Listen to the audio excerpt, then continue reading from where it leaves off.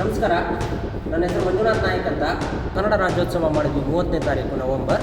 So ಆ ದಿನದಿಂದ ನಮಗೆ ತುಂಬ ಟಾರ್ಚರ್ ಕೊಡ್ತಾ ಇದ್ದಾರೆ. ಕನ್ನಡ ರಾಜ್ಯೋತ್ಸವ ಯಾಕೆ ಮಾಡಿದ್ರಿ, ಮಾಡಬಾರ್ದಿತ್ತು ನನ್ನ ಸೆಕ್ರೆಟ್ರಿ ಅವರು ಬಂದು ಓಡಿಸೋದವರು ಧಮಕಿ ಹಾಕ್ತಾ ಇದ್ದಾರೆ.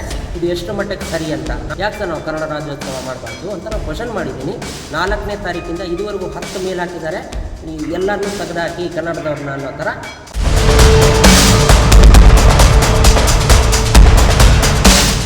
ತುಂಬ ಟಾರ್ಚರ್ ಕೊಡ್ತಾ ಇದ್ದಾರೆ. ಕನ್ನಡದವ್ರು ಬೇಡವೇ ಬೇಡ ಅಂತ ಕೆಲಸದಿಂದ ತೆಗಿಬೇಕು ಅಂತ ಟಾರ್ಚರ್ ಕೊಡ್ತಾ ಇದ್ದಾರೆ. ಕನ್ನಡ ರಾಜ್ಯೋತ್ಸವ ಮಾಡಿದ್ದಕ್ಕೆ ಬಂದು ನಮಗೆ ದಯವಿಟ್ಟು ನ್ಯಾಯ ತರಿಸ್ಕೊಡಿ. ರಾಜ್ಯೋತ್ಸವ ಮಾಡಿದ್ದೇ ತಪ್ಪ.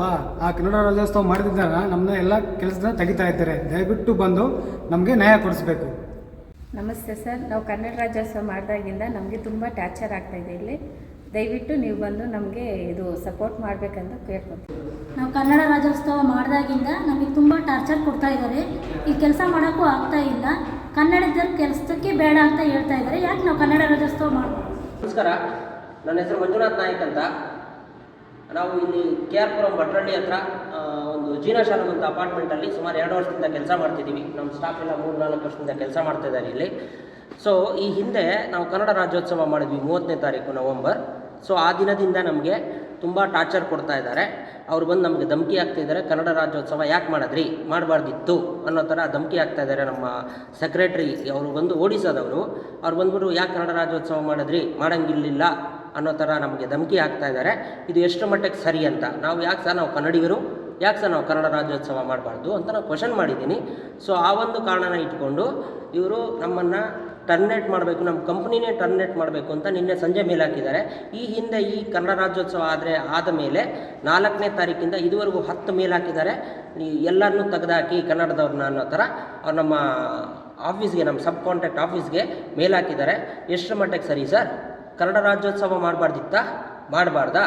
ಏನಕ್ಕೆ ಮಾಡಬಾರ್ದು? ನಾವು ಕನ್ನಡಿಗರು, ನಾವು ಮಾಡ್ತೀವಿ. ಸೊ ಇದನ್ನು ಕನ್ನಡ ರಾಜ್ಯೋತ್ಸವ ಮಾಡಿದ ಒಂದೇ ಉದ್ದೇಶಕ್ಕೆ ನಮ್ಮ ಕಾಂಟ್ರಾಕ್ಟ್ನ, ನಮ್ಮ ಕಂಪನಿನ ಕಂಪ್ಲೀಟ್ ಟರ್ಮಿನೇಟ್ ಮಾಡ್ತೀವಿ ಅಂತ ಮೇಲ್ ಹಾಕಿದಾಗ ನಾವು ಎಲ್ಲಿಗೆ ಹೋಗಬೇಕು ಸರ್? ಇದೇ ಕೆಲಸನ ನಂಬ್ಕೊಂಡು ಹತ್ತಿರದಲ್ಲಿ ಮನೆ ಮಾಡಿಕೊಂಡು ನಾವು ಕೆಲಸ ಮಾಡ್ತಾಯಿದ್ದೀವಿ. ಒಂದೇ ಒಂದು ಕಂಪ್ಲೇಂಟ್ ಇಲ್ಲ ಇದುವರೆಗೂ. ಸೊ ನಮಗೆ ಆದಂಥ ಒಂದು ಫ್ಯಾಮಿಲಿ ಇದೆ ಸರ್. ಸೊ ನಾಳೆನೇ ಸ್ಟಾಪ್ ಆಗಬೇಕು ಅಂತ ಹೇಳಿದ್ರೆ ಎಲ್ಲಿಗೆ ಹೋಗಬೇಕು?